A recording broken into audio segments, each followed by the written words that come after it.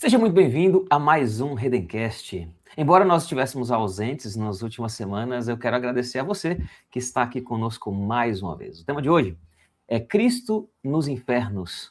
O que a descida de Jesus diz ao deprimido? Vamos lá, meus amigos, muito bom estar aqui com vocês mais uma vez. Rapaz, a alegria é nossa, mas é cada tema que nos aparece, quanto mais a gente reza, mais tema bom aparece, hein? O tema vai nos levar aos infernos, né? Não é? Você não estava esperando por isso e não está pronto para ouvir isso.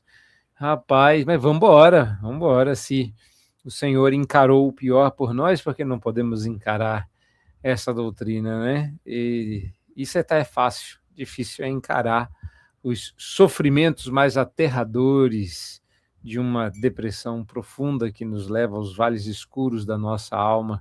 Que Deus até lá nos ilumine com sua luz. Bora para cima. Amém. Vamos nessa. E a gente, quando propôs esse tema hoje, quando foi proposto, né?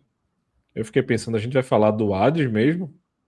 É isso que estão querendo que a gente trate? A gente vai falar dessa questão, mas a gente esquece da riqueza, né, que vem junto disso aí. A gente brinca um pouquinho, né, fala da treva do tema, mas acho que não é um tema tão apavorante pra gente não, né? Eu acho que tem uma beleza aí nesse servo sofredor. Mas sabe o que é trevoso por falar de trevas? Meus irmãos, deixa eu deixar registrado aqui ao vivo, é que o Rodrigo, antes de nós iniciarmos as gravações, ele esfregou na nossa cara um café especial que ele está tomando sem a gente. Então, se vocês olharem um sorriso sutil, maligno, quase demoníaco nos lábios dele, é por causa disso, viu? Então, intercedam por nós, para vocês verem o que a gente tem que aguentar. Orem pelo nosso coração descafeinado. Mandar um pacote de café para cada um deles. Olha, tá registrado, viu? Tá registrado. Isso é o pedido de perdão. A gente não está garantindo nada. Espero que quando chegar vocês agradeçam. De coado, a gente vai descobrir. Já pensou? A gente aqui tudo sem graça, bebendo café. Obrigado, Rodrigo. Isso aí. E fazendo inveja ao povo, né, que está assistindo a gente. Quando nós pensamos na doutrina de Jesus descer ao Hades, como é historicamente conhecida, nós sabemos que ela é antiga, né? Está até no credo apostólico, mas nem sempre nós paramos para fazer as conexões necessárias e mostrar como doutrinas históricas e até mesmo batidas, por assim dizer, podem ser completamente relevantes e importantes para a nossa vida. Então, o propósito desse programa é exatamente organizar essa doutrina, ensinar, mas também despertar você para as belezas contidas nos baús fechados da doutrina que nós temos na nossa tradição reformada. Tá? Então, eu queria ouvir vocês o que nós podemos dizer primeiro sobre a doutrina em si, de Jesus desceu ao inferno. Ele desceu ou não desceu? Não, vamos lá. São duas questões, a gente sempre dá uma fomentada, né, para aquecer o assunto antes da gente começar o programa, e duas questões são levantadas aqui. A mais histórica delas é se Jesus desceu ao inferno ou se a condição que o credo se refere, Hades, ou inicialmente, como foi traduzida, Mansão dos Mortos, na verdade é apenas uma referência à condição de morte que Jesus se encontrou por 3 dias. Mas eis que somos surpreendidos novamente por uma nova heresia, olha só, a que diz que não foi Maomé que foi a montanha, mas a montanha que teria vindo a Maomé, e que ao invés de Jesus ter descido ao Hades, o Hades, que numa inundação, como o rio Tietê, subiu até as margens da cruz. Pode um negócio desse? Bom, de qualquer forma... Gostou dessa descrição? Como o rio Tietê é muito paulistano. Lembrei daquele vídeo. Nossa, muito paulistano. É muito paulistano. Mas é porque o inferno subir. O que é o inferno para o paulistano, se não o Tietê transbordante chegando às raias da pista, né? Pois é, a doutrina da descida ao inferno, como é falado, nada mais é do que a referência credal aos sofrimentos de Jesus em nosso lugar, ao momento em que ele sofre pelos nossos pecados, recebendo a justa ira de Deus em nosso lugar. E a maneira de descrever isso, até para que fosse mais teologicamente correto, entenderam assim os formuladores do credo, se referir a essa descida ao Hades. E me parece, agora vocês vão ter que me ajudar, porque se eu não conseguir conferir se a descida ao Hades é a primeira escrita ou se é a descida ao inferno a primeira escrita. Eu sei que, no final, nós reformados acreditamos na descida ao Hades como se fosse uma forma de se precaver de falar besteira, referindo-se à palavra que aparece na Escritura, né? E repeti-la no credo, como que se segurando para ter uma conclusão a respeito do que essa descida significou de fato, apenas reafirmando que a Escritura fala que Jesus desceu ao Hades, seja lá o que o Hades for. Mas a nossa interpretação reformada diz que se refere à intensidade dos sofrimentos de Jesus e ao fato de que ele estava recebendo a ira de Deus pelos nossos pecados. Por óbvio que a descida ao Hades não é literal no sentido corpóreo, porque o corpo de Jesus permaneceu na cruz, depois no túmulo de José de Arimateia e por fim ressurreto. Então nós estaríamos nos referindo aí à alma do Senhor. E por fim, já que estamos levantando as heresias, né, ao fato de que essa descida ao Hades foi para cumprir a profecia a que Pedro se refere, e aqui eu estou trazendo uma terceira heresia, essa nem fomentada foi nos bastidores, de Jesus ter que ir pregar aos espíritos em prisão, certo? Aos espíritos em prisão. Deu uma congelada aqui na minha câmera, deu uma pensada. Aos espíritos em prisão, e como que se referindo às pessoas que não tiveram oportunidade de se arrepender em vida na época de Noé. Então, o Senhor foi lá dar uma chance para elas, fez uma pregação no inferno. Nota de rodapé, tem muita gente que diz que pastor tem que aceitar qualquer convite para pregar, porque Jesus aceitou de pregar no inferno. Você ri, né? As conclusões que o povo chega, pelo amor de Deus. Você ri. Difícil é ouvir isso, sério, né? Mas se Jesus pregou no inferno, quem sou eu para não pregar em qualquer lugar, né? Não é? Pois é. Então estamos aqui para explorar as preciosas lições de um Deus que puniu o Senhor Jesus, seu Filho, para que nós não tivéssemos que experimentar as angústias do abandono de Deus em nós mesmos, dados nossos pecados.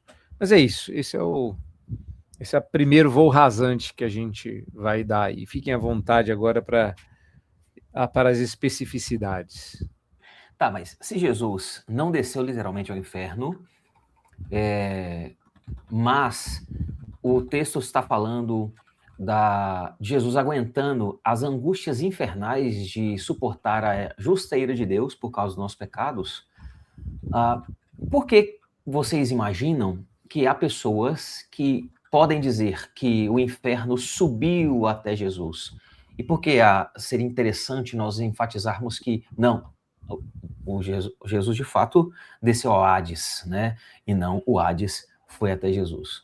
Eu acho interessante fazer esse tipo de distinção, porque às vezes pode parecer que poeticamente funciona da mesma maneira, mas às vezes carrega imprecisões e que nós precisamos, como pensadores, né, e como conselheiros, defender as pessoas. Assim como nós defendemos as pessoas das suas imprecisões de pensamento, né, que frequentemente têm consequências ruins sobre sua experiência cristã, a gente também precisa protegê-las das suas imprecisões teológicas. Eu não diria que é só imprecisão, não. Meu medo é que essas imprecisões levem a conclusões ainda piores do que as estapafúrdias conclusões que teólogos liberais conseguem derivar da palavra de Deus. Olhando de longe, sem ser muito técnico e sem apelar para a teologia sistemática e para a exegese do texto, existe um caráter muito óbvio no fato da missão de Jesus ser a missão daquele que vai, entende? Em outros textos, nós temos referências muito claras ao movimento monergista de Deus vir até nós, inclusive referências muito claras a dizer que não fomos nós que subimos até ele, mas ele que do Pai veio até nós, né? Então, ele receber em si a punição e ele ter ido aonde nós deveríamos ir tem muito maior significância do que apenas ser acometido por. E aí, qual que é a analogia que as pessoas fazem? Se o inferno vem até Jesus, significa que a tristeza também pode vir até nós. E isso, analogicamente falando, faria com que a pessoa se visse vítima de um estado, digamos, soterratório de tristeza, ao invés de entender que a tristeza é uma piscina na qual a gente mergulha. E nós vamos até as profundezas da nossa tristeza, como Cristo foi até as profundezas da justiça de Deus e das angústias que o pecado causa, porque a ideia de que algo vem sobre mim e me soterra me tira a responsabilidade de retirar a cabeça da água e respirar o ar que Deus me propõe em Cristo. Ou seja, eu temo que no final não seja uma imprecisão ingênua, mas algo que muda as implicações e as analogias que disso decorrem. Existe muito maior beleza no fato de que Deus enviou o seu Filho ao mundo do que dizer que o mundo foi até Jesus em busca de ajuda, não é? Como a gente corrigiu o hino antigo, né? Estamos falando de doutrinas bem sedimentadas, antigas, né? Históricas. Nós tínhamos um hino tradicional na nossa igreja que dizia um absurdo, né? Como se as nações pagãs gritassem: queremos luz do outro lado do mar. A gente cantava isso inicialmente. Queremos luz é o grito das nações pagãs que vêm atravessando o imenso mar. Não, não é isso que a Escritura disse. A Escritura diz que a luz veio ao mundo e o mundo amou mais as trevas do que a luz. Se tem algo que as nações gritam, não queremos luz, mas a luz veio ao mundo e iluminou ao homem que salvou. Então, a gente perde os parâmetros analógicos que são importantes para a gente entender mecanicamente como é que funciona a nossa salvação. Nossa salvação é monergista, é o Deus vem a nós. E para finalizar, uma questão que me chamou a atenção em um texto que eu estava pregando recentemente. Estava terminando de expor o momento em que o jovem rico vai ter com Cristo e sai triste porque era dono de muitas posses, e Jesus vira e diz aos seus discípulos algo como: é por essa razão que é com muito esforço que um rico entraria no reino dos céus. E começa a falar de sua própria obra. Em algum momento, eu chego a dizer para a igreja, agora não me lembro se foi no segundo ou no primeiro momento, que as expressões em grego indicam que Jesus correu a carreira até o final por nós, justamente porque nós desistimos dessa carreira em algum momento, né, da corrida. O jovem rico chega para Jesus ávido, desejoso, ingênuo, disposto. É unanimidade, me parece, entre os comentaristas, de que o jovem era sincero, mas saiu sinceramente perdido. Ou seja, o que aconteceu? Ele perdeu o fôlego no meio da corrida. E Jesus disse, é por isso que eu corri até o final. É por isso que eu não posso desistir. É por isso que eu vou até o final. É por isso que eu vou descer a Jerusalém. Porque vocês desistem. Eu não posso desistir. Essa analogia de eu vou até o fundo para que vocês não tenham que ir é profunda no nosso relacionamento com Cristo. De repente você inverte o processo, você dá um perfume, não é perfume aqui nesse caso, mas um odor desagradável, que não chega a ser azedo, nem podre, mas sabe quando você já percebe que passou do ponto? Então, tem um odorzinho arminiano no ar que incomoda a minha fé calvinista, se você prefere assim. E eu termino Então, com um sorriso cínico. Resumidamente, então, a gente pode dizer que Jesus ter descido ao Hades é fundamentalmente diferente do Hades ter subido até Jesus. Eu diria da seguinte maneira, baseado na sua fala, tá?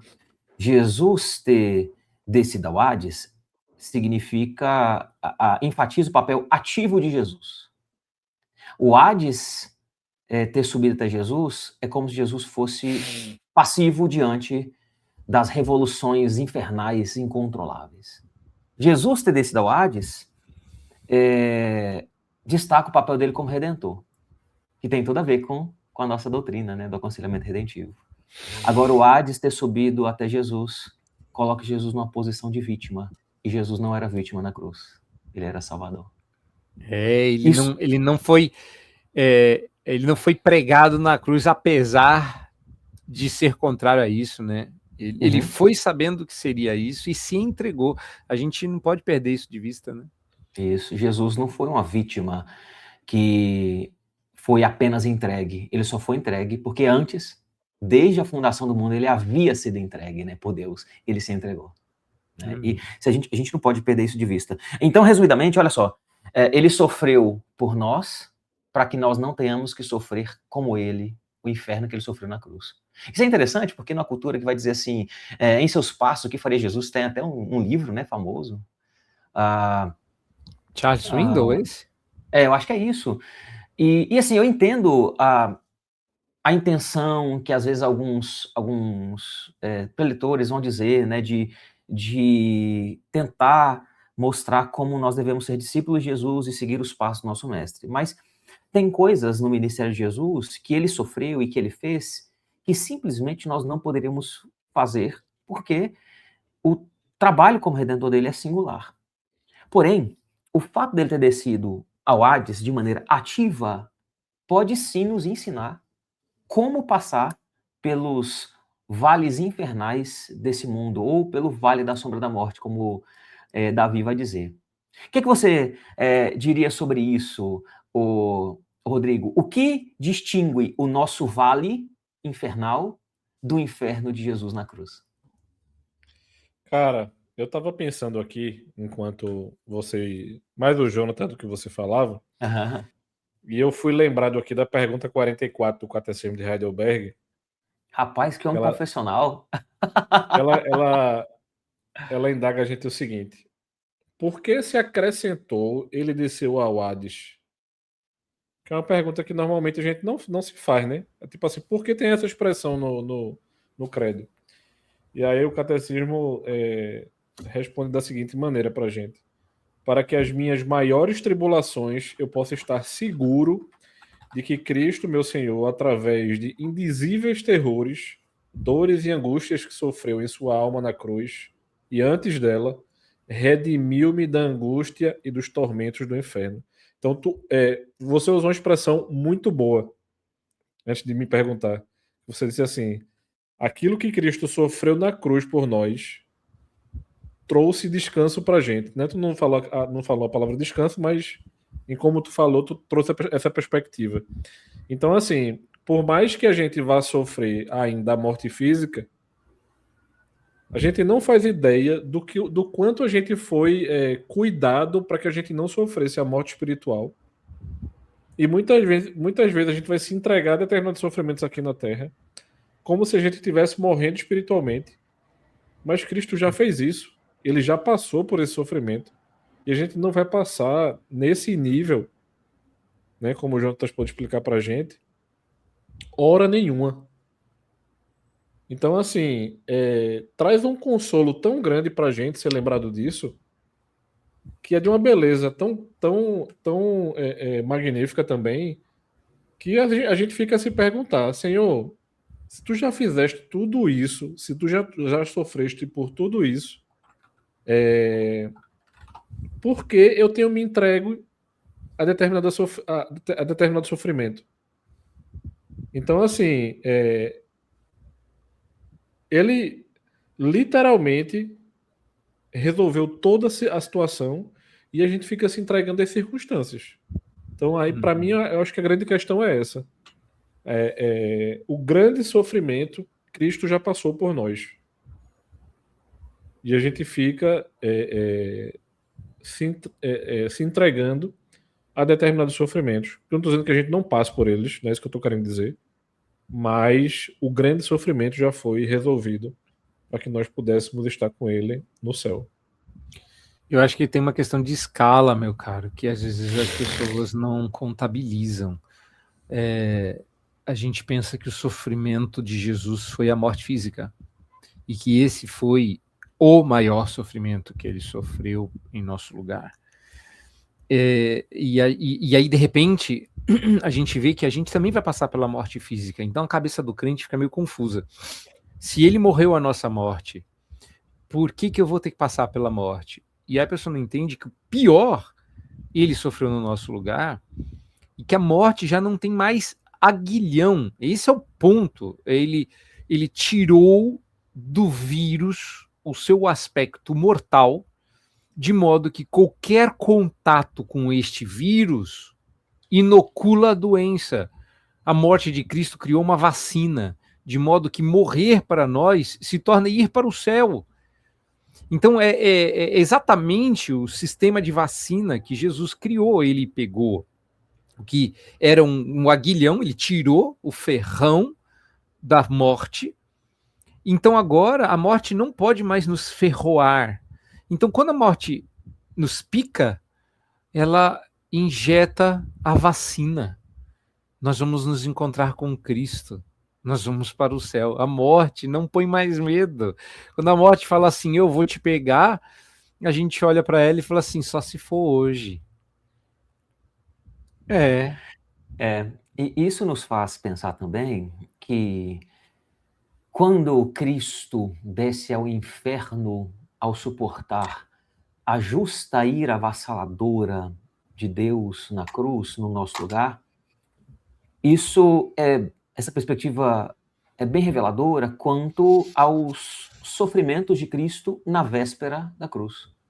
Todo mundo sabe que na véspera da sua crucificação ele estava profundamente angustiado, ele mesmo diz isso aos seus discípulos. Ele convida seus discípulos para o acompanharem na reunião de oração, os discípulos vão, mas aí eles dormem, né? E como se faz em toda boa vigília. Como se faz em toda boa vigília. A gente faz isso até hoje, né? De maneira análoga, a gente continua fazendo isso. E aquele que nunca fez, que atire a primeira pedra. Ai, rapaz. E o interessante é que o texto é bem descritivo, né? Sobre o sofrimento de Jesus. Parece que o texto está em câmera lenta. Eu sempre olhei para essa parte com essa ótica. São segundos e minutos sendo descrito como horas, né? Mas isso é uma característica do arranjo, eu destaquei isso recentemente. Você tem 3 anos em que um ano passa rápido, um ano passa voando, o segundo ano passa lento, o último ano passa devagar, a última semana A última semana tem quase o tamanho de um ano inteiro, E o último dia, rapaz, você fala, esse dia não vai acabar. É interessante isso, né? Como vai descendo em detalhes, o negócio vai esticando para você ficar angustiado, né? Muito interessante você destacar isso. Muito, muito, muito. Não sei se Ei, você vocês está lendo a lembram, Bíblia aí? Você lembra disso daí quando você estiver lendo, viu? não sei se você lembra de uma série, faz tempo que não passa, chama 24 Horas, né? Boa, Jack Bauer. Jack Bauer. A série tinha 12 episódios, cada episódio tinha 40 minutos, e esses 40 minutos, vezes 12, né, da temporada, Demoravam uma um dia, eternidade, um né? dia. Era a narrativa de um dia, é mais ou menos isso, né? Muita Ou coisa seja, a cada acontecendo num episódio eram período de 2 pouco horas, tempo. né? É tipo isso. A cada episódio eram 2 horas. O interessante é que isso mostra que, dependendo da intensidade daquilo que nós estamos vivendo ou passando, a gente pode ter a mesma impressão. Um dia pode levar uma semana, um mês, né? E o sofrimento de Jesus foi isso. É importante destacar isso, porque Jesus, ele agoniza de lamento, de angústia, não é porque ele seria açoitado, cuspido, humilhado, ou sequer porque ele morreria. Uhum. Ele agoniza porque ele se encontraria com seu pai, não sendo filho, mas sendo réu. Ele olharia na face do seu pai e não encontraria amor como no batismo, mas ira. Para que o próprio pai pudesse olhar para nós e nós percebêssemos amor. É por isso que é fundamentalmente diferente o sofrimento que nós passamos do de Jesus. Ele é por natureza mitigado, né? Embora exista relação, nós não podemos dizer que sofremos tanto quanto Cristo. A Bíblia vai dizer que a gente completa o sofrimento de Jesus. Significa que a gente só completa. Olha que interessante essa expressão. O máximo que a gente pode fazer é completar.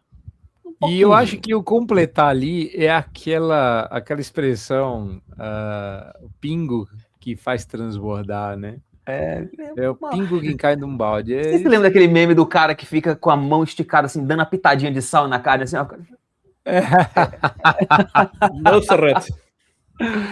E o meu ponto aqui é destacar que o deprimido acha que a sua dor não é a gota que transborda o copo, mas é uma cachoeira sobre a sua cabeça. Não. Jesus enfrentou a tempestade da ira de Deus para que enfrentemos a tempestade do seu amor. Uhum. Nossas dores, nossas depressões, por assim dizer, elas são apenas um pingo perto do oceano que o nosso Salvador enfrentou. Uhum. Isso significa que nós não temos por que nadar nessa gota. Nós devemos nadar na graça. Sim. Eu diria até que Jesus enfrentou uma tempestade em alto mar para que a gente não temesse a tempestade na enseada. Porque... Ou, em alguns casos, tempestade no copo d'água, né? Eu ia falar isso, mas fiquei com medo de minimizar demais. Veja, ninguém está dizendo que o seu sofrimento não seja intenso. O que a gente está dizendo é que a intensidade do seu sofrimento, não se compara aos sofrimentos intensos que Jesus sofreu, e 2, justamente porque ele sobreviveu ao maior, terá forças para te dar, para enfrentar o menor. Então, boa parte das vezes a gente esquece, e aí, já que você usou a analogia da tempestade, vamos navegar, como diria o profeta antigo, né? Eu navegarei. Então vamos navegar. Você gosta, né? Quando eu faço... Quando eu lembro... As referências pop gospel. Então, navegando por esses mares, né? Por montanhas e mares, como diria uma outra música. O ponto é, às vezes a gente esquece que Jesus sobreviveu a um tsunami. Jesus enfrentou o tsunami da ira para que quando a gente estivesse enfrentando a tempestade, a gente não temesse sabendo que Jesus dorme no barco. Então, já que eu citei duas músicas, né? A terceira que me chama muita atenção, porque para mim é uma das músicas mais bem escritas e geniais do cancioneiro evangélico, que Mestre o Mar se Revolta. Não tem como você não arrepiar naquele coro, porque música e texto estão dizendo a mesma coisa, o que é absolutamente incomum no universo pop gospel da modernidade. Mas esse é o ponto. Eu também imagino Jesus levantando e dizendo assim, vocês realmente acharam que o mar teria coragem de fazer a naufragar comigo dentro? Entendeu? Vocês realmente acharam que o universo irracional não sabe quem sou eu? Deixa eu dar uma pequena amostra de quem manda aqui. Sossegai. E de repente, aquilo deve ter sido, porque aquele tal negócio. O mar revolto dava a impressão que eles iam morrer. Jesus acalmar o mar em uma única palavra dava certeza que eles iam morrer. Porque eles estavam diante de alguém que não tinha categoria. Por isso que Pedro, quando diz assim, o que é isso? O que foi isso? O que aconteceu na nossa frente? O que é isso diante de nós? Porque ele não é só um alguém. Há algo mais aqui. Ninguém, nada, a não ser a própria divindade, poderia ter feito o que a gente acabou de ver. E era justamente esse o ponto. Então, quando a gente fala disso, não pode parecer para você que nos ouve que a gente está minimizando o seu sofrimento. É o contrário, a gente está maximizando os sofrimentos de Cristo. A gente está enaltecendo aquilo que Cristo fez e não minimizando o que você está passando. A gente está reconhecendo que as ondas que batem no seu navio são de amedrontar, são metros e metros de parede d'água querendo nos engolir. Nós não estamos diminuindo o tamanho da tempestade, nós estamos aumentando a seus olhos o tamanho do poder de um Deus que pode dizer para qualquer tempestade se acalmar imediatamente. Nem sempre ele o faz, é verdade, mas também é verdade que nem sempre a ele recorremos. Então, para que a gente tenha forças para enfrentar uma tempestade dessa, nós precisamos ter certeza de que estamos recorrendo às forças necessárias. Às vezes a gente quer buscar as forças em nós. A gente não quer incomodar Jesus. Imagina os discípulos lá se virando. Acorda o Senhor, que isso? O cara está cansado, pregou o dia inteiro, deixa ele dormir. Nós damos conta. Né? Que isso? Eu sou o grande pescador experiente. Né? Ele falou, pescador, tu já viu uma parede d'água dessa altura? Dessa não, mas eu já enfrentei coisas do gênero. Chega uma hora que o desespero bate. Então, recorrer a esse Deus é a nossa esperança para sobreviver a tempos de profunda angústia. Em outras palavras, para aqueles que nos ouvem, jamais pense que nós estamos fazendo pouco caso das águas volumosas nas quais você está navegando. Nós estamos apenas colocando elas em perspectiva ao tsunami de Jesus. E está aqui uma grande lição, um exercício de maturidade cristã. Quando nós colocamos em perspectiva aquilo que nós estamos passando, a gente entende que nada daquilo que nós passamos está fora do filtro do amor de Deus. Porque precisa passar pela obra de Cristo na cruz. Precisa. Aquilo que nós enfrentamos é filtrado pelo amor de Deus. É por isso que, com frequência, é enfatizado o fato de que o crente ele não é punido pelos problemas e pelos infernos dessa vida, mas ele pode ser provado, disciplinado. E aqui cabe um momento para fazer uma distinção, né? Qual que é a diferença de punição e disciplina? Porque tem gente que fala assim, se isso aconteceu de errado comigo, é punição, né? Deus está me punindo porque lá em 1992 eu fiz isso. Muito bom. Curiosamente, para mim, 1992 é um ano emblemático, cara. Você foi no fala ano. Deus, eita! Falei, Ao vivo, hein? Ele foi para 92. Ao vivo. Eu não sabia, mas Deus estava me usando aqui, viu? Avião. Falei, rapaz. Não, calma. Não foi nenhum pecado. Eu acho que foi. Eu tava achando que nossa, ele cometeu um pecado em 92. Não, eu cometi pecados muito antes disso. Né?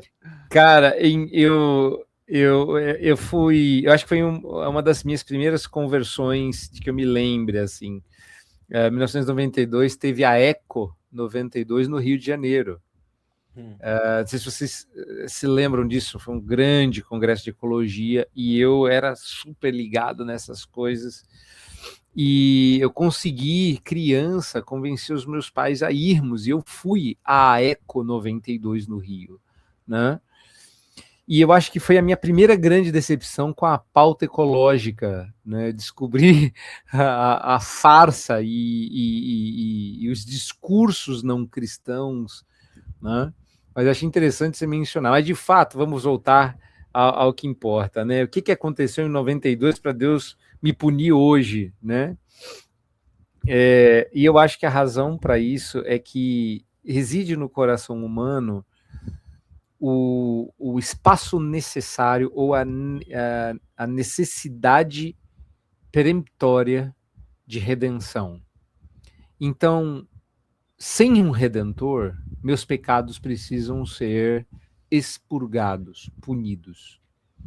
Então, eu vou começar do alto para baixo, porque a gente sabe, tecnicamente, teologicamente, a diferença entre punição e disciplina. Mas eu começando por Jesus, eu diria que a diferença fundamental é que punição acontece sem redenção. Você recebe porque você não tem um redentor. Disciplina é o que resta para quem já foi redimido. Porque você não é perfeito. Você precisa ser corrigido, você precisa ser ensinado, você precisa perceber o peso das decisões erradas que você toma, mas você não está sendo punido, você está sendo disciplinado, porque o juízo é sem misericórdia. E isso Jesus recebeu.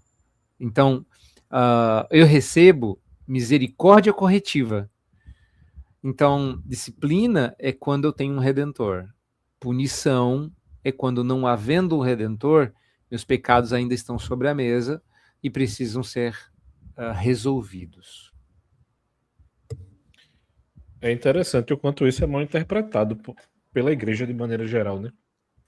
A gente acha que Deus está sempre nos punindo, né? O Luiz falou brincando aí, mas a gente acaba vendo na igreja, né? Principalmente por conta de uma cultura muito pentecostalizada em nosso meio, né? E até às vezes também por irmãos que acabam vindo de igreja católica e determinadas culturas que fala da questão punitiva, né, de você, digamos assim, punir o corpo para poder conseguir algum favor do Senhor, né? Conseguir algum tipo de favor do Senhor. E assim, se você parar para puxar na memória aí, eu lembro de ver na televisão coisas, crianças, sobre esse tipo de coisa, né? E quando a gente traz a perspectiva reformada, e a gente lembra as pessoas de que a gente não participa do processo de salvação, querendo ou não, então não da cabeça da pessoa, né? É tipo assim, meu amigo, você tem que trabalhar para a sua santificação. Você já faz parte do corpo, você pode passar por tô com a palavra punição na cabeça para não falar bobagem, me lembrem aí. Pode passar por algum processo de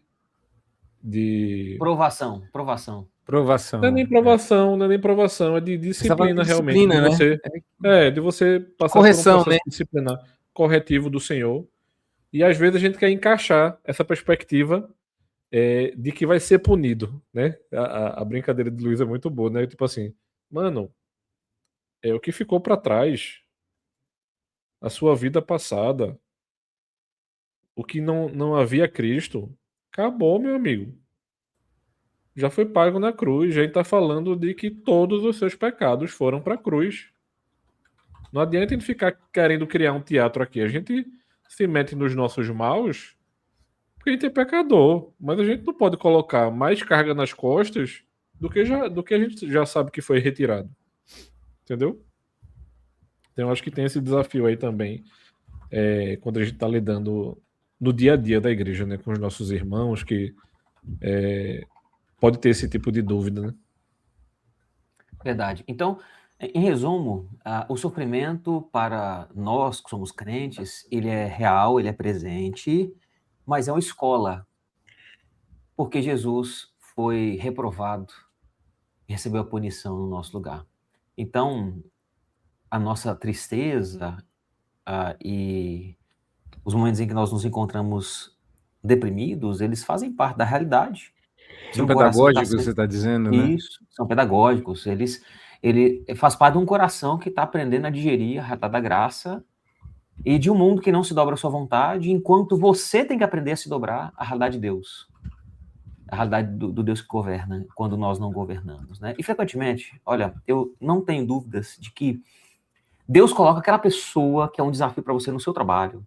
Deus te dá um filho que é um desafio para você na sua família, ou marido, ou esposa, ou irmãos na igreja. E o motivo pelo qual eles estão ali não é outro senão para provar você. Para fazer você crescer de maneira que sem eles você não cresceria. Para fazer você exercitar a paciência que sem eles talvez você não exercitaria, não teria que exercitar. Para fazer você ser mais parecido com ele de maneira que sem eles você não seria. E faz parte da experiência debaixo do sol as lágrimas, porque Jesus ele chorou e lamentou o sangue para que nós pudéssemos chorar lavados pelo sangue dele. Diante disso, eu queria que a gente fizesse aplicações especificamente para o caso de pessoas deprimidas. Como que, diante de tudo isso que nós ouvimos, a experiência da descida de Jesus no Hades nos desafia a passar pela nossa própria experiência de inferno circunstancial? Eu diria, primeiro, que isso que ele acabou de dizer é uma metáfora. Então, favor não confundir isso com uma possível analogia real. Me permite explicar. Nós nunca vamos enfrentar nada semelhante a um inferno, nem astral, nem emocional, porque, se você preferir assim, às vezes a gente fica com receio de usar a expressão inferno para o credo, né? Mas ela originalmente era o descendit ad inferna. Ele passou o inferno para que a gente não precisasse passar perto disso. Então, não existe dor comparável. Então, o nosso inferno emocional, a gente chama assim, mas cuidado no uso desse termo, a não ser metaforicamente, como colocou o reverendo Luiz Lacerda, porque senão você vai, de alguma forma, expurgar os seus pecados, nem que seja só um pouquinho. Eu estou tendo que passar por isso porque sobrou um pouquinho para eu passar. E não é isso que a gente está dizendo. Não foi isso que a gente disse o caminho inteiro. Então, acho que a primeira aplicação que você pode tirar quando você estiver padecendo de uma dor existencial inexplicável é: Cristo padeceu por algo maior, mais profundo e mais pesado.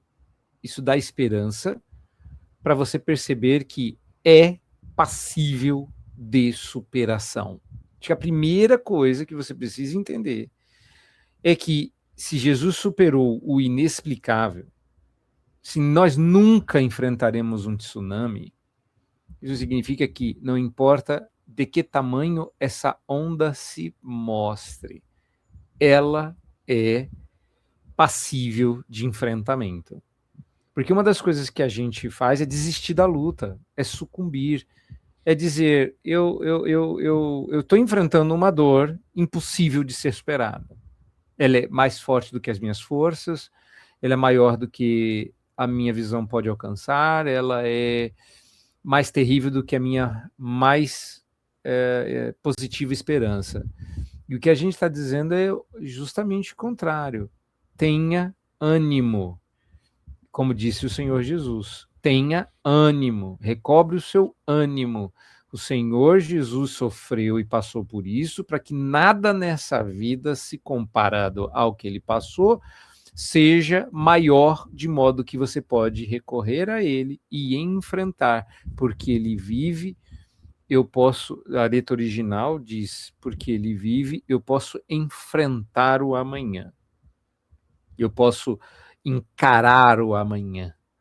Então você pode olhar para a sua dor, você pode olhar para o seu sofrimento e dizer, você é grande, você é enorme, você é gigante, mas o Jesus que anda comigo enfrentou coisa maior. Eu não posso com você, mas ele pode. Então, não desanime. Essa é a primeira grande lição. Recobre o seu ânimo, encontre forças no Redentor. Eu confesso que eu não tinha pensado nisso, mas agora que você falou, eu fiquei pensando o seguinte, né? Pensando em termos práticos. A reação é responsabilidade sua. Aquilo que teria de ser feito já foi feito. Cristo já fez.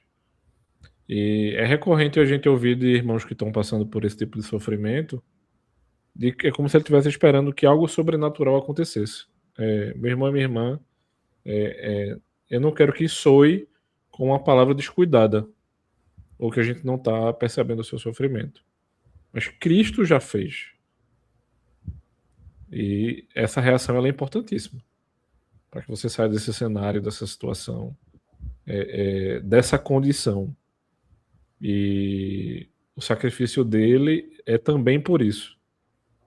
Não é só pelo que a gente sofre ou pelas nossas doenças, mas é por tudo aquilo que pode nos fazer mal enquanto estivermos aqui e enquanto a gente não estiver com ele na nossa plenitude graciosa, como o reverendo Jonas falou. Eu acho que isso é importantíssimo.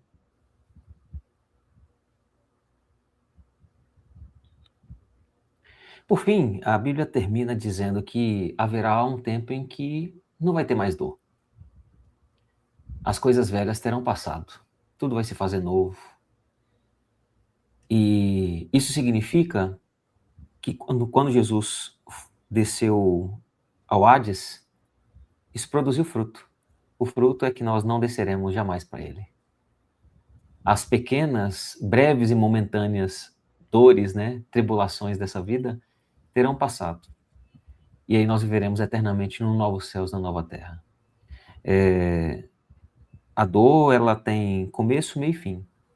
Mas o que não começa e também não termina é o amor do Senhor. E é por isso que Jesus enfrentou esse inferno, para que nós possamos estar eternamente na presença dele.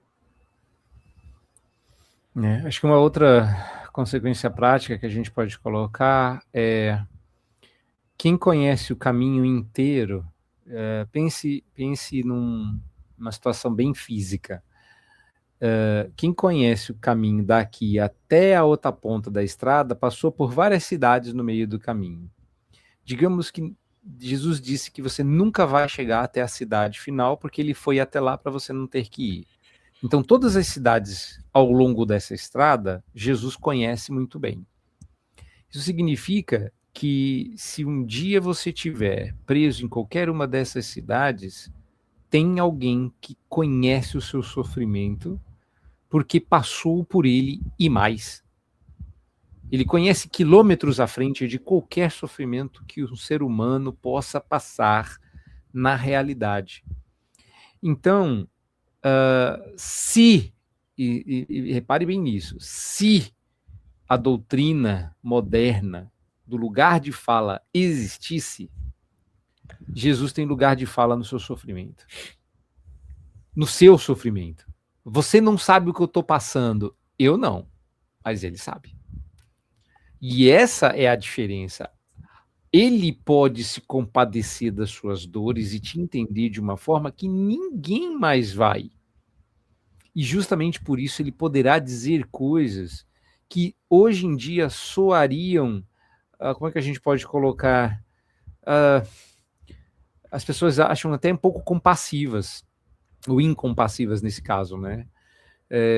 E não é. Se tem alguém que tem compaixão de você, alguém conhece sua dor. Esse alguém é Cristo. Então, quando um representante dele diz, o Senhor Jesus mandou dizer, baseado na Bíblia, por óbvio, isso não é falta de compaixão. Isso é a mão se estendendo nas trevas para dizer, vem para a luz, porque o caminho já foi pavimentado. Você pode sair daí. Então, às vezes a gente tem uma dificuldade tremenda de entender, de ter empatia com uma pessoa cujos sofrimentos a gente não conhece. Isso não significa que nós, conselheiros, não precisamos ser empáticos. Isso quer dizer que a gente não precisa ter toda, 100% da empatia, porque ele já teve por nós. A gente não oferece a nossa empatia, a gente oferece a empatia do Redentor. A gente não oferece a nossa compreensão, a gente oferece a compreensão do Redentor. A gente não está oferecendo a nossa mão, a gente está oferecendo a mão dele. E se tem alguém que sabe o que é sofrer, esse alguém é ele, homem de dores, e que padeceu a morte, e morte de cruz. Então, uma das coisas que... Eu pensei até que você fosse falar isso no começo, Lacerda, que a pessoa que sofre esse tipo de dor emocional acha que a sua dor é única, incompreensível. E, de repente, a gente tem alguém que pode dizer, não, eu compreendo. Ah, você não sabe, sei. Você já passou, passei. Você experimentou, experimentei. Entendeu? E isso foi só nas primeiras 2 horas. Eu ainda fiquei mais... Ou seja, teve muito mais coisa para acontecer aí. Eu conheço isso e mais. Entende? E tá aí uma coisa interessante que precisamos destacar, né? Os sofrimentos de Jesus, eles foram intensivos e extensivos.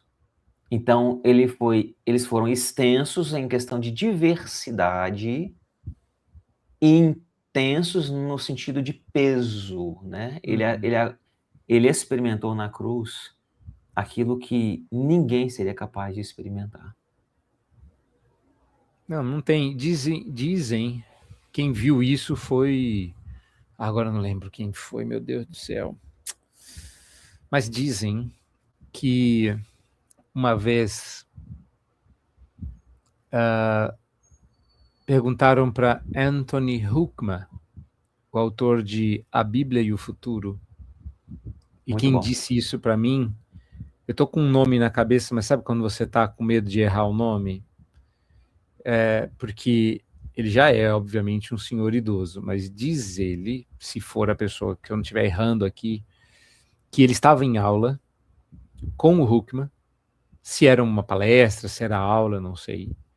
Eu sei que perguntaram para ele, essa pessoa viu a pergunta, o que ele teria para dizer sobre o inferno e a relação de Jesus com o inferno e tal. Disse que o Hoekman parou, foi reunir o que ele pensava, conhecia. Quando ele ergueu os olhos, quando ele ergueu a cabeça, ele estava com os olhos marejados. E para um holandês ficar emocionado, precisa de uma mordida de tubarão, né? Meu amigo. Os cabas são pior que os alemães. Que ele levantou muito emocionado e a resposta dele foi: se você tivesse ideia do que é o inferno, você não me faria essa pergunta. E aquilo pegou a galera, sabe? Do tipo assim, você tá leviano demais. Você tá achando que é um negócio que, se eu fosse explicar na profundidade que tem, vocês sairiam daqui andando. Se você tivesse ideia do que é o inferno, você não estava fazendo essa pergunta, né? Então, quando a gente lembra que Jesus passou pela mão pesada de Deus para que eu não experimentasse isso, eu nunca deveria olhar para os petelecos e dizer assim, ó Deus, por que você pesa a mão? Não. Se isso é um sofrimento terrível, você deveria glorificar a Cristo na dor, ou, como prefiro dizer, né, repetir o que disse o mestre reverendo Vadislau, quando certa feita, em seu sítio, ele foi chamado para orar, ele estava claramente com dor, recebendo as pessoas por educação e compromisso, padecendo dores que a gente não sabia o que era. E aí ele foi se levantar e gemeu, porque ele não conseguiu disfarçar. E aí ele disse assim, irmãos, o gemido é o canto do dolorido. Vamos orar. Cara, eu não queria orar, eu queria chorar. Então, o que Cristo fez por nós, ao visitar a mão pesada do Deus da justiça, é para que a gente gema louvando. Que os nossos gemidos de dor e até as nossas lágrimas louvem o Deus que nos livrou de coisa muito pior. É isso. Diante disso, eu queria que nós fizéssemos algo que até hoje nós não fizemos. É orar. Já sei. Verdade. Não tem melhor maneira de nós terminarmos esse podcast se não orando, né? Pelas nossas vidas, famílias e pelos nossos ouvintes também, que podem estar passando por tempestades, mas que precisam lembrar do evangelho daquele que enfrentou o que ninguém mais pode enfrentar. Então, amém. Vamos orar? Vamos. Pai bondoso, nós colocamos diante do Senhor a nossa vida, nossa família e aqueles que nos escutam, Senhor. Não sabemos exatamente todos quem são, mas o Senhor os conhece. Assim como nós não conseguimos calcular ou saber quais são os sofrimentos, as tristezas que o Senhor tem reservado para nós. E dizemos reservado não porque o Senhor é um Deus sádico, mas é porque o Senhor é Deus amoroso o suficiente para não deixar da maneira como nós estamos. E usa as circunstancialidades desse mundo para nos provar, nos ensinar, nos disciplinar e nos aproximar do Senhor. Não deixa, Senhor, que achemos que a nossa dor é o centro. Não deixa, Senhor, que nosso coração habite no lamento, na murmuração. Que a nossa dor habite, Deus, na depressão. Mas que a nossa fé habite somente no Redentor. Amém. Que o nosso coração esteja firmado pela obra da cruz. Que os nossos passos sejam endireitados pela graça de Jesus. E que ainda que em gemidos, no final, nós terminemos a nossa jornada cantando. Porque o Senhor nos fez perseverar e nos preservou. Todos nós queremos cantar no final, digno é o Cordeiro, mas que quando voltar será um leão, e nós nos ajoelharemos em adoração. No nome de Jesus que nós oramos, gratos. Amém. Amém. Amém. Povo de Deus, Deus abençoe, viu? Que a companhia excelsa do Redentor te dê esperança para lutar mais um dia. Vemos vocês na próxima. Meus amigos, até a próxima. Deus abençoe e continue nos acompanhando. Não desistam de nós, por favor. Acredito eu que esse episódio ele deve ser disponibilizado na semana da Páscoa. Não falamos objetivamente da Páscoa, mas a gente sempre fala do Cordeiro que foi posto numa cruz e pela sua maravilhosa graça ele ressuscitou e está sentado à destra do Pai. Que a gente não se esqueça disso, meus irmãos, e o Senhor continue cuidando das nossas vidas.